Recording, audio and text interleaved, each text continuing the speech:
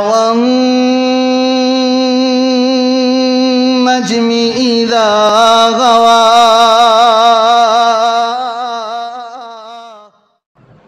اعوذ باللہ السمیع العلیم من الشیطان الرجیم بسم اللہ الرحمن الرحیم ان عدۃ الشہور عند اللہ 12 شہرۃ فی کتاب اللہ۔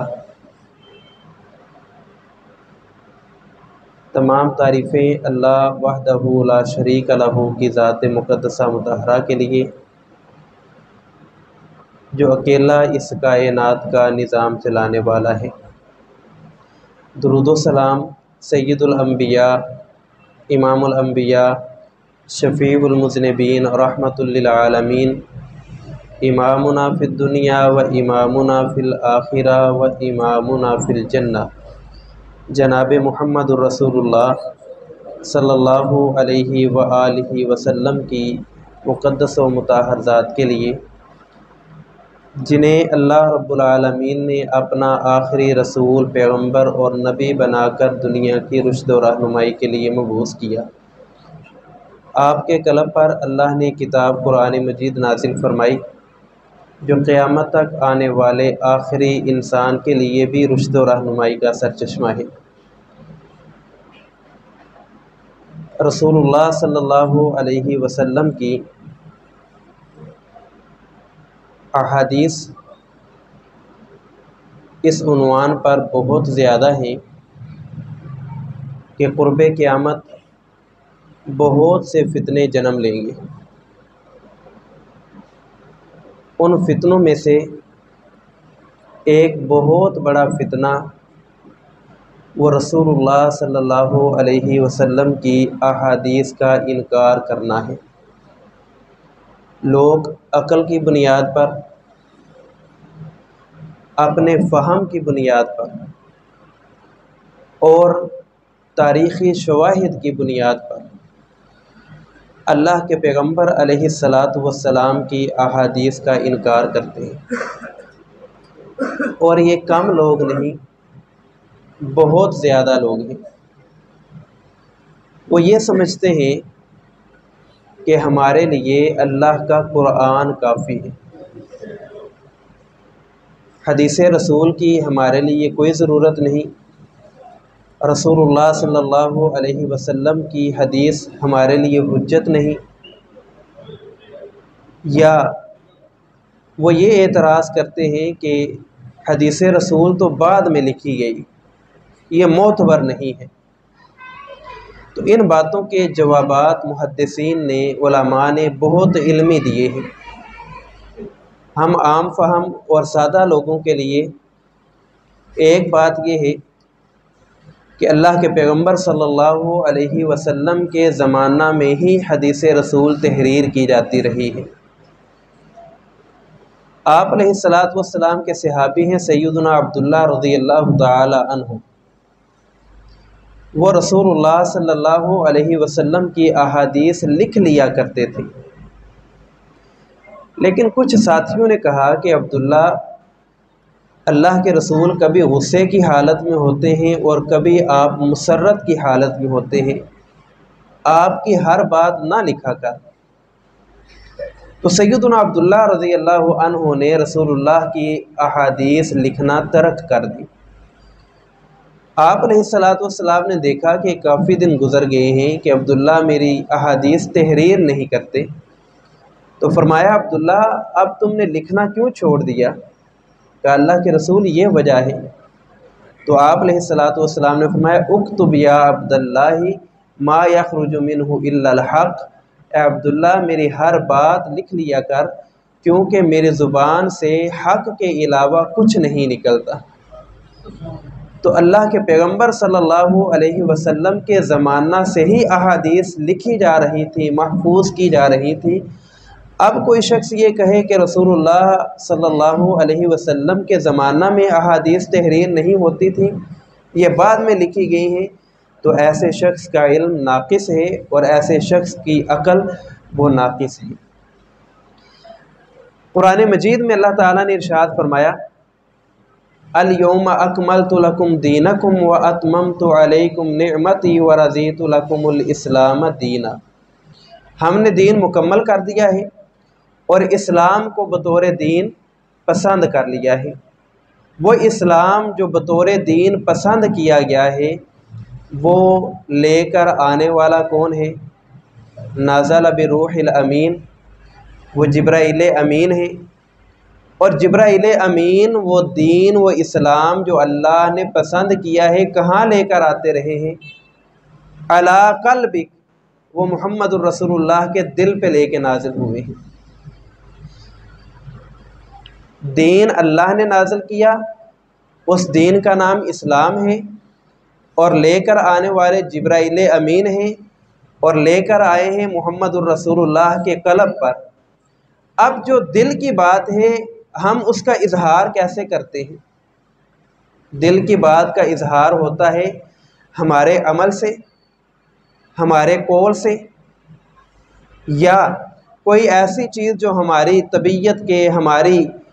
طبیعت کے موافق ہو اور ہم اسے دیکھ کے خوش ہو جائیں۔ اللہ نے دین رسول اللہ کے دل پہ نازل کیا، اللہ کے پیغمبر نے اپنے دل کی بات بول کر صحابہ سے بیان کر دی تو یہ رسول اللہ کی قولی حدیث کہلائی۔ آپ نے عمل کے ذریعے اس کا اظہار کیا تو یہ رسول اللہ کی فعلی حدیث کہلائی۔ اللہ کے رسول نے ایک کام ہوتے دیکھا اور وہ کام دین کے خلاف نہ تھا، اسلام نے اسے منع نہیں کیا، وہ انسانی فطرت کے موافق تھا، اللہ کے رسول نے خاموشی اختیار کی تو وہ رسول اللہ کی تقریری حدیث بن گئی۔ تو اللہ کے پیغمبر صلی اللہ علیہ وسلم پر جو دین نازل ہوا ہے وہ دین حدیث کی صورت میں اور قرآن کی صورت میں ہمارے پاس موجود ہے۔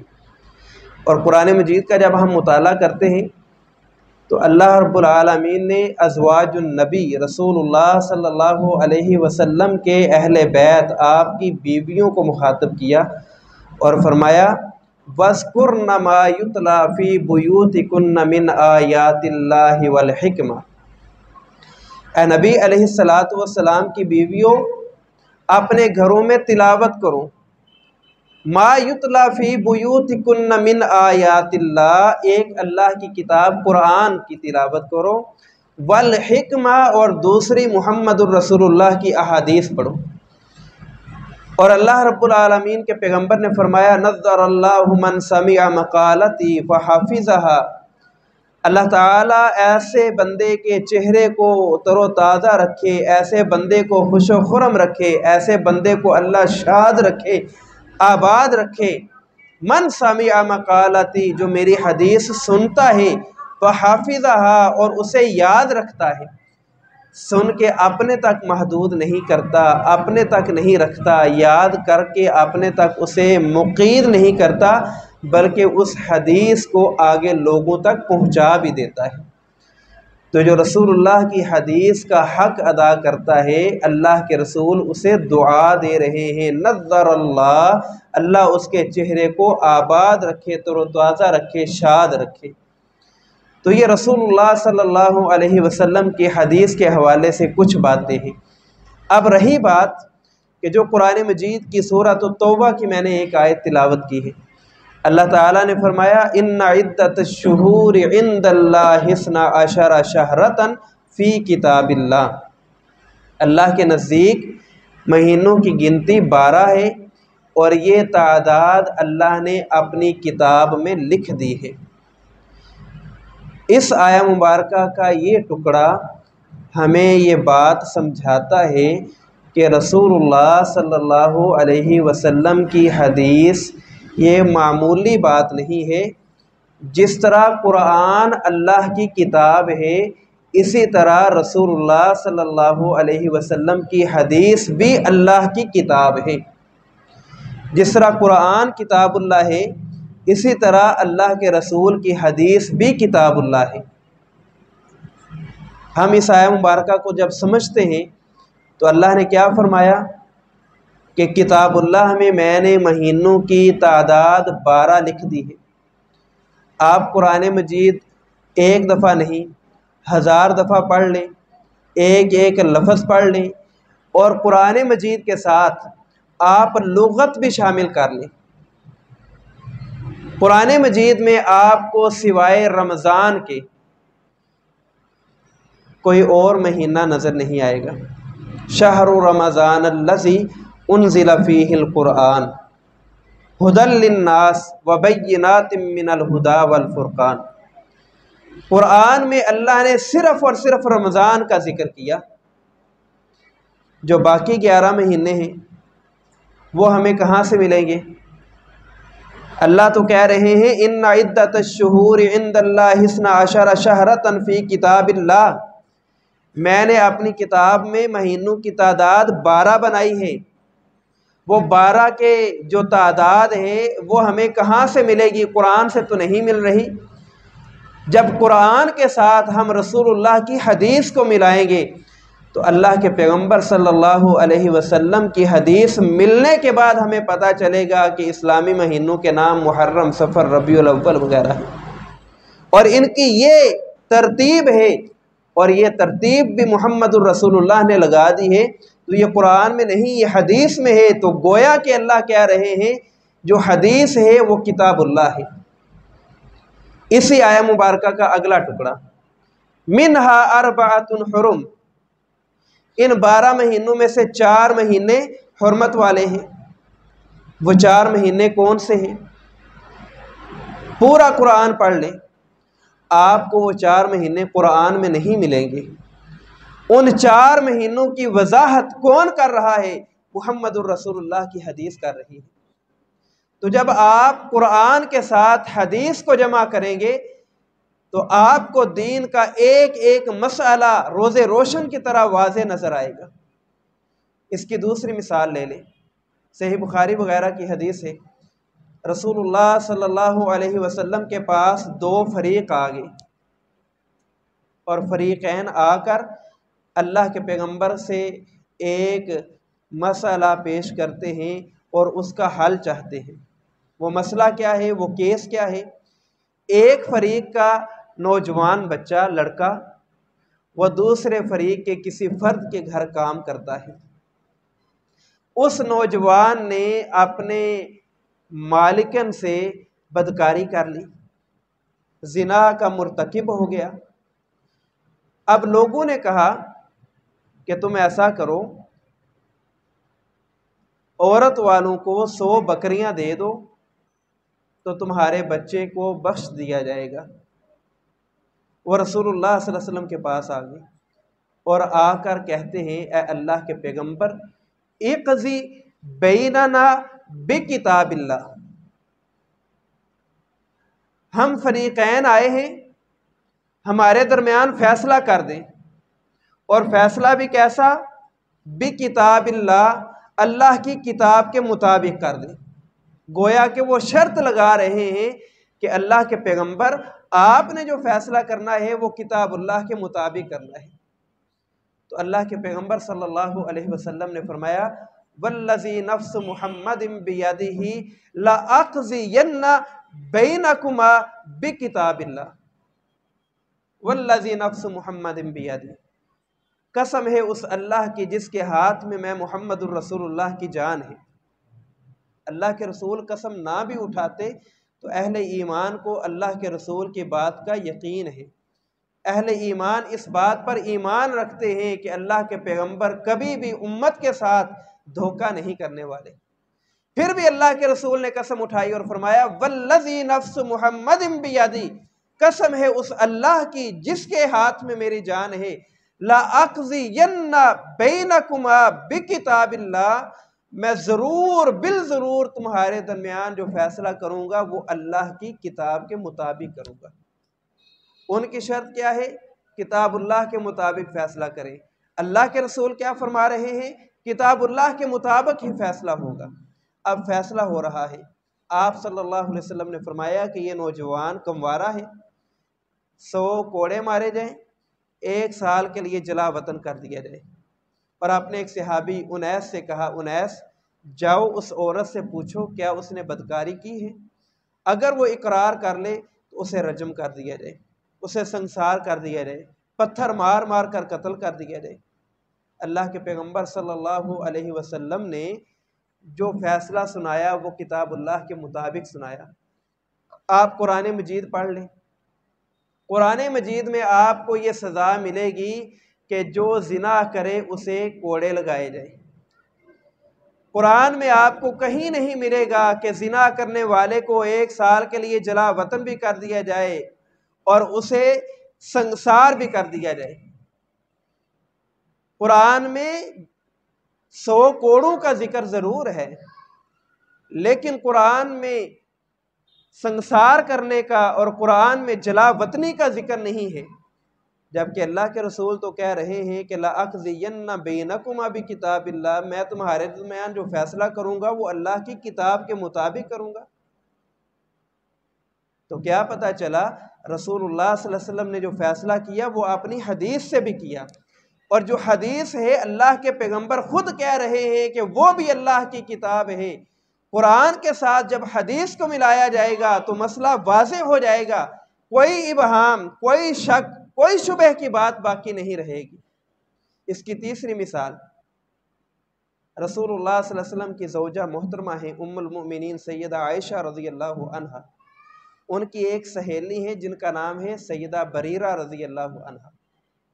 سیدہ عائشہ رضی اللہ عنہا کہتی ہیں، بریرہ کیا میں تجھے آزاد نہ کروا دوں؟ جی آزاد کروا دے، اس سے بڑی کیا بات ہوگی؟ کہا جاؤ جا کے اپنے آقا سے بات کرو، وہ کتنے پیسے لے گا؟ انہوں نے جا کے بات کی تو آقا نے، مالک نے یہ بات کہی کہ اتنے پیسے لوں گا تو آزاد کر دوں گا، لیکن ایک شرط لگا دی، اور وہ شرط یہ لگائی کہ جو تیری ولا ہوگی وہ میری ہوگی۔ ولا کا معنی یہ ہے کہ اگر غلام یا لونڈی کے نسبی رشتہ دار نہیں تو اس کی وفات کے بعد جو اس کی وراثت ہے وہ اس کے آقا کو، مالک کو مل جاتی ہے۔ شرط لگائی کہ اتنے پیسے لوں گا اور جب ولا وہ میری ہوگی۔ یہ بات سیدہ عائشہ رضی اللہ عنہا کو معلوم ہوئی تو اتنی دیر میں اللہ کے پیغمبر بھی تشریف لے آئے۔ سیدہ عائشہ رضی اللہ عنہا نے سارا معاملہ ذکر کر دیا۔ رسول اللہ صلی اللہ علیہ وسلم مسجد نبوی میں تشریف لائے اور اللہ کے پیغمبر نے جو نصیحت کی، جو واعظ کیا، اس کا مفہوم اور خلاصہ یہ ہے، ما بال اقوام الناس یشترطون ما لیست فی کتاب اللہ۔ لوگوں کو کیا ہو گیا ہے کہ وہ ایسی ایسی شرطیں لگا رہے ہیں لیست فی کتاب اللہ، جو اللہ کی کتاب میں موجود نہیں ہے۔ وراثت کا ذکر تو قرآن میں موجود ہے، ولا کا ذکر قرآن میں موجود نہیں۔ اللہ کے پیغمبر نے فرمایا ولا اسے ملے گی جو آزاد کرے گا۔ سیدہ عائشہ رضی اللہ عنہا پیسے دے کے اس لونڈی کو خرید رہی ہیں، آزاد سیدہ عائشہ کر رہی ہیں، ولا سیدہ عائشہ کو ملے گی۔ مالکوں کو ولا کا حق حاصل نہیں کہ وہ اس کی ولا حاصل کر لیں۔ یشترطون ما لیست فی کتاب اللہ، ایسی شرطیں لگاتے ہیں کہ جو اللہ نے اپنی کتاب میں ذکر نہیں کی۔ تو کتاب اللہ سے مراد جہاں قرآن ہے وہاں اللہ کے پیغمبر صلی اللہ علیہ وسلم کی حدیث بھی ہے۔ اب کچھ لوگ جھانسا دینے کی کوشش کرتے ہیں، کہتے ہیں صحیح بخاری میں ہی لکھا ہے کہ سیدنا عمر رضی اللہ تعالی عنہ نے کہا کہ حسبنا کتاب اللہ، ہمارے لیے اللہ کا قرآن کافی ہے، ہمارے لیے اللہ کا قرآن کافی ہے۔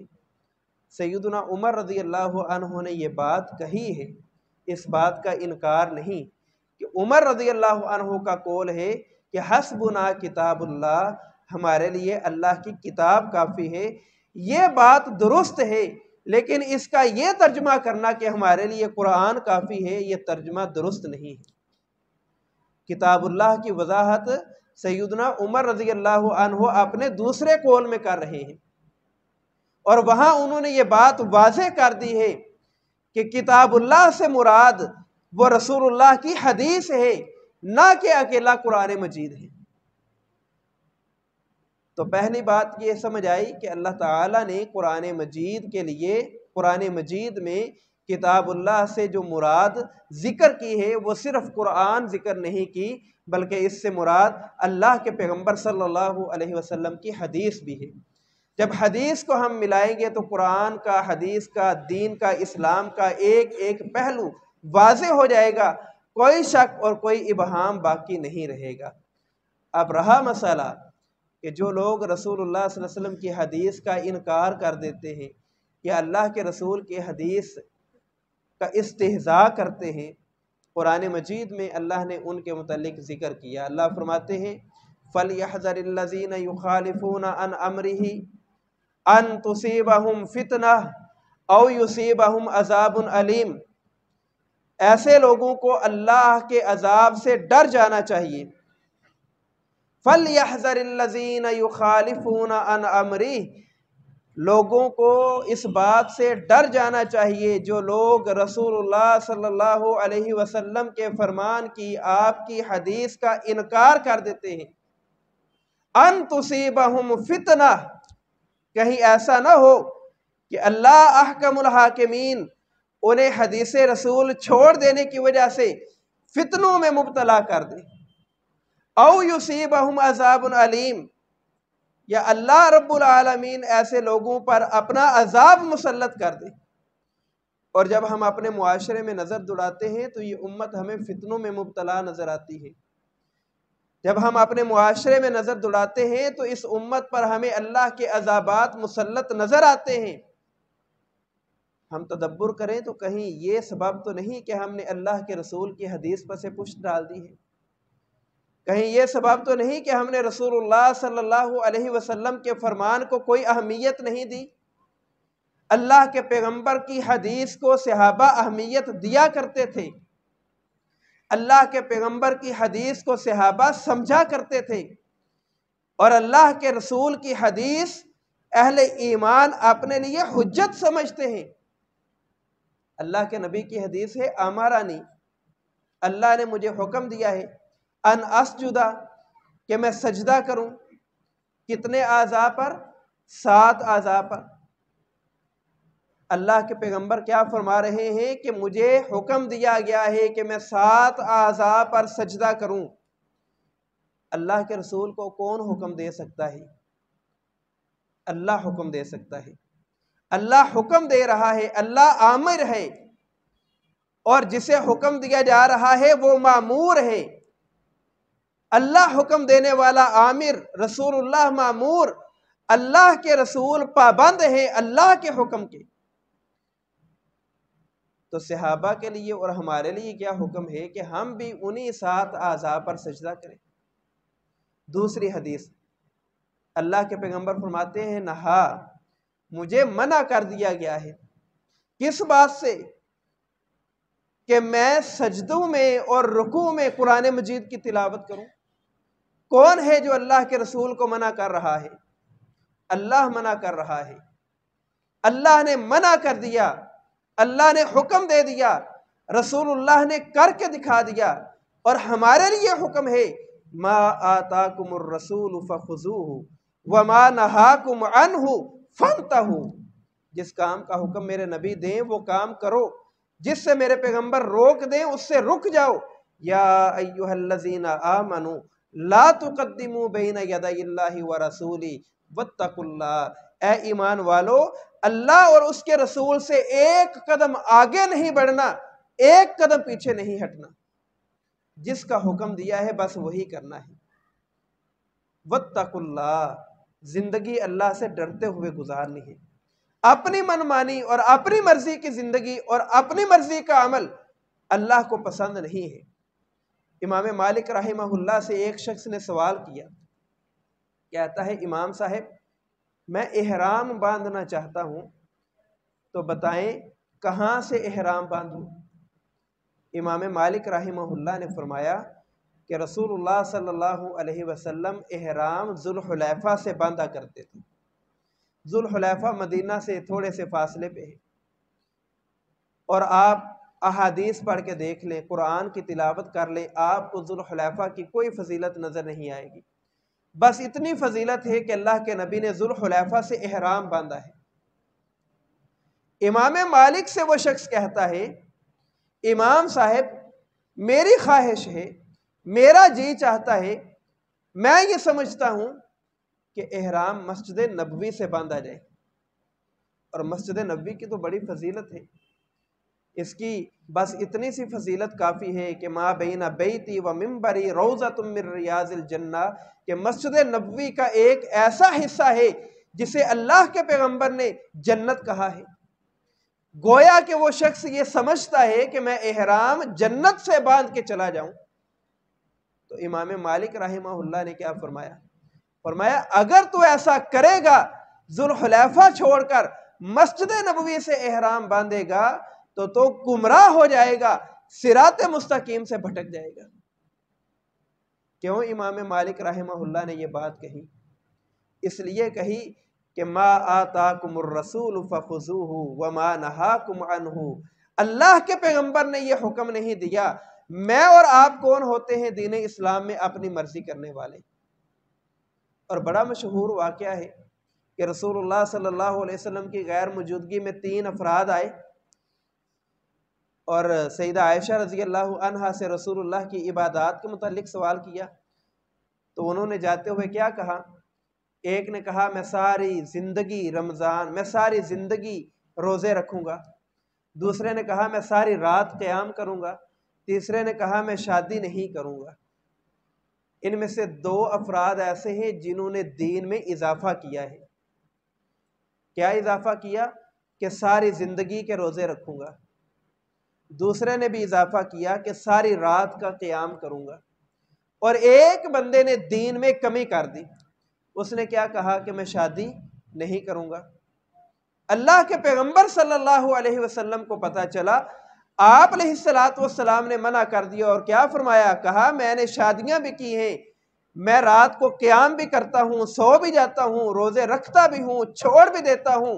اور اللہ کے نبی علیہ السلام نے ارشاد فرما دیا، اللہ کے پیغمبر فرماتے ہیں اے لوگوں بات یاد رکھ لو، جس بندے نے میری سنت کی مخالفت کر دی، اپنی مرضی کی، دین میں اضافہ کیا، دین میں کمی کی، میری حدیث کا، میرے فرمان کا، میری سنت کا، میرے قول فعل اور میری تقریر کا انکار کر دیا، ایسے بندے کا میں محمد الرسول اللہ کے ساتھ کوئی تعلق نہیں۔ اللہ کے پیغمبر اپنی حدیث کی اہمیت، اپنی حدیث کی افادیت اور اپنے فرمان کے متعلق آگاہ کر کے جا رہے ہیں کہ لوگوں میری حدیث کو حقیر نہ سمجھنا، میری حدیث کے متعلق ابہام کا، وہم کا، گمان کا شکار مت ہو جانا۔ میری حدیث اسی طرح قابل حجت ہے، میری حدیث اسی طرح قابل قبول ہے جس طرح قرآن مجید کی احادیث ہے۔ اور اللہ کے پیغمبر صلی اللہ علیہ وسلم کی حدیث کا انکار کر دینے کی سزا، وہ واقعہ بڑا مشہور ہے کہ رسول اللہ صلی اللہ علیہ وسلم نے ایک شخص کو دیکھا کہ وہ بائیں ہاتھ سے کھانا کھا رہا ہے۔ آپ نے فرمایا دائیں ہاتھ سے کھانا کھاؤ، اس نے کہا اس میں استطاعت نہیں۔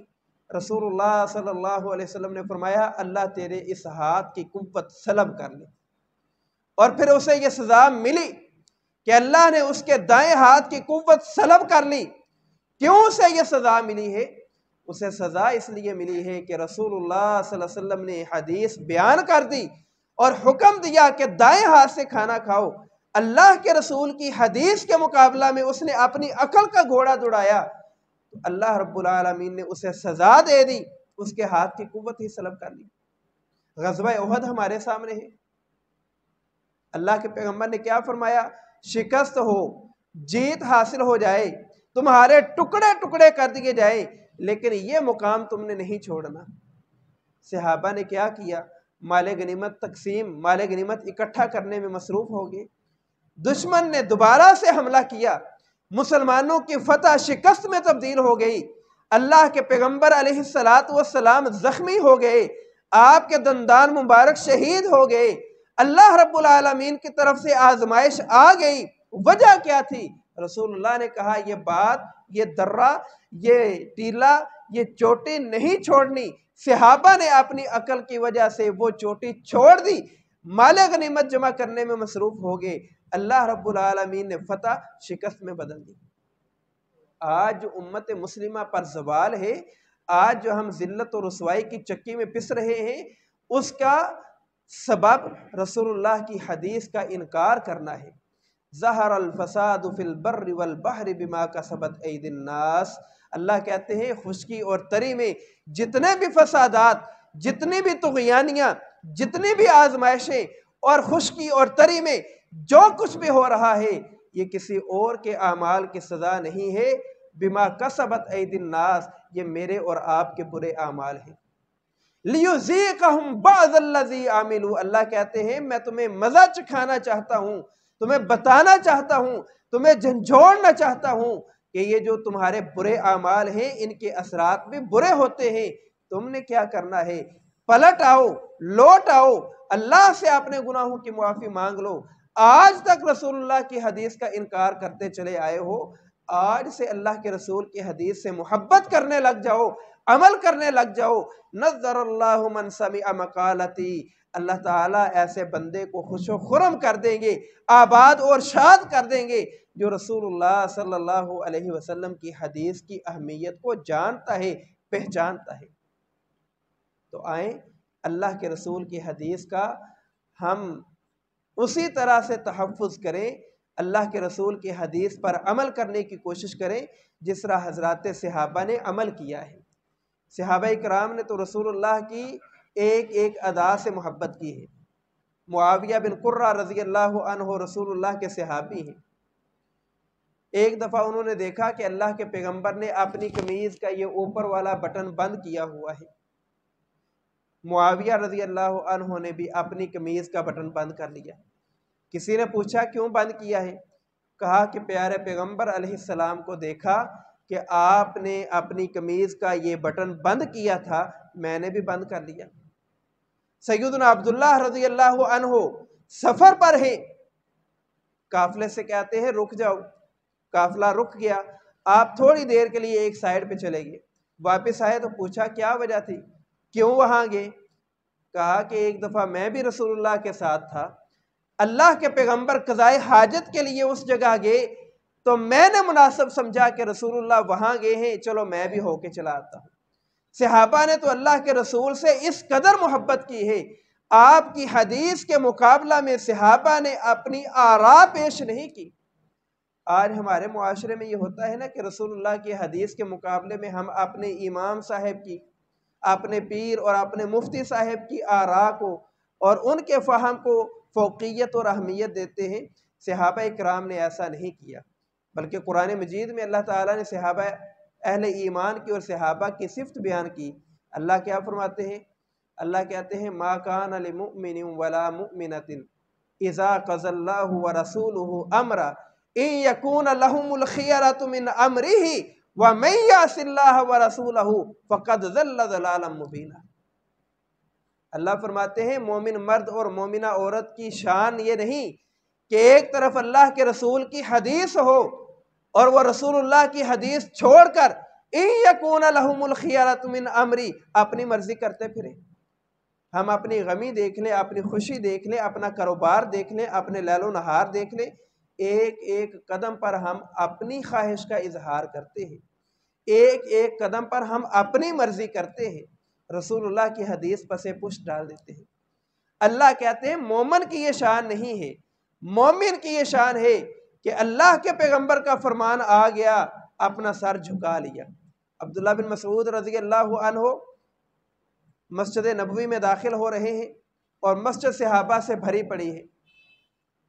اللہ کے پیغمبر نے صحابہ کا رش دیکھا تو صحابہ سے فرمایا اجلسو، میرے صحابہ بیٹھ جاؤ، صحابہ بیٹھ جاؤ۔ عبداللہ بن مسعود مسجد نبوی کے دروازے پہ ہیں، ایک قدم دہلیز کے اندر ہے اور ایک باہر ہے، کانوں میں آواز پڑ گئی اجلسو، بیٹھ جاؤ۔ عبداللہ بن مسعود نے ایک قدم اٹھانا گوارا نہیں کیا، چوکھٹ پہ ہی بیٹھ گئی۔ یہ ہے حدیث کا مقام، یہ ہے صحابہ اکرام کی اطاعت مصطفیٰ، یہ ہے صحابہ اکرام کی محبت۔ اللہ کے پیغمبر کی جب نظر پڑی فرمایا عبداللہ وہاں کیوں بیٹھ گئے؟ کہا اللہ کے رسول آپ نے خود ہی تو فرمایا تھا اجلسوا بیٹھ جاؤ، میں نے گوارا نہیں کیا کہ آپ فرمائیں کہ بیٹھ جاؤ اور میں اپنی مرضی کرتا پھروں۔ رسول اللہ صلی اللہ علیہ وسلم کی حدیث ہے، آپ نے فرمایا لا تمنعوا اماء اللہ مساجدہ، اللہ کی بندیاں خواتین مسجد میں نماز پڑھنا چاہتی ہیں، پردے کا اہتمام ہے تو وہ مسجد میں آ کے نماز پڑھے، تمہیں حق حاصل نہیں کہ تم اللہ کی بندیوں کو مسجد میں آنے سے روک دو۔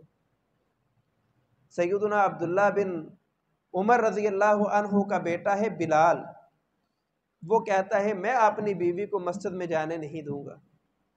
سیدنا عبداللہ کہتے ہیں کیوں؟ کہتا ہے حالات اجازت نہیں دیتے، میں اپنی بیوی کو مسجد میں نہیں بھیجوں گا۔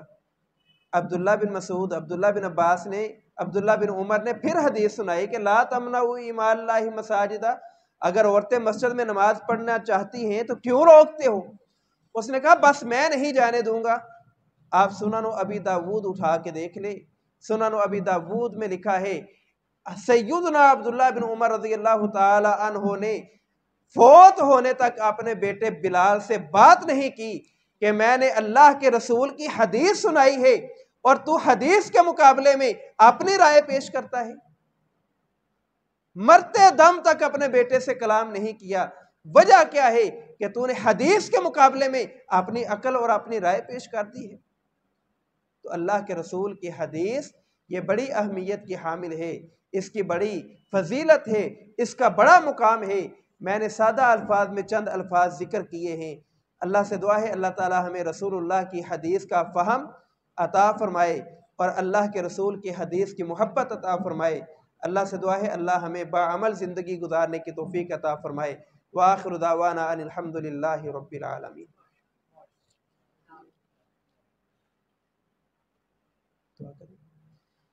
الحمد للہ رب العالمین والعاقبۃ للمتقین والصلاة والسلام علی رسولہ الکریم۔ اللہم صلی علی محمد وعلی آل محمد کما صلیت علی ابراہیم وعلی آل ابراہیم انک حمید مجید۔ اللہم بارک علی محمد وعلی آل محمد کما بارکت علی ابراہیم وعلی آل ابراہیم انک حمید مجید۔ ربنا آتنا فی الدنیا حسنۃ وفی الآخرۃ حسنۃ وقنا عذاب النار۔ ربنا ظلمنا انفسنا وان لم تغفر لنا وترحمنا لنکونن من الخاسرین۔ یا قاضی الحاجات اقضی حاجاتنا وحاجات المسلمین۔ یا شافی الامراض اشف مرضانا ومرض المسلمین۔ اللہم اشف مرضانا ومرض المسلمین۔ اللہم اشف مرضانا ومرض المسلمین۔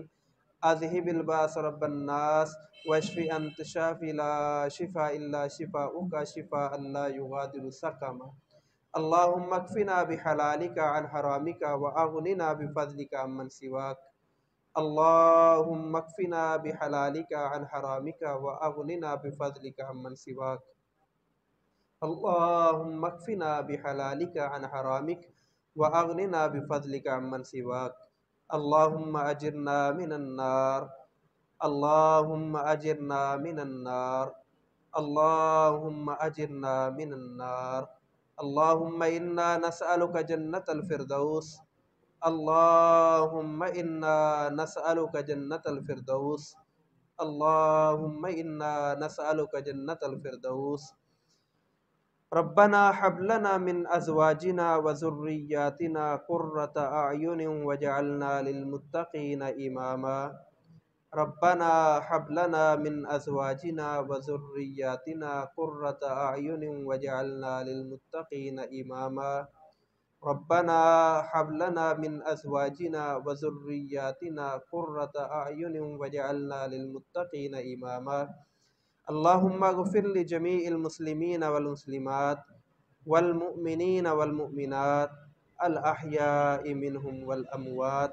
سبحان ربک رب العزت عما یصفون وسلام علی المرسلین والحمد للہ رب العالمین۔ والنجم إذا غوى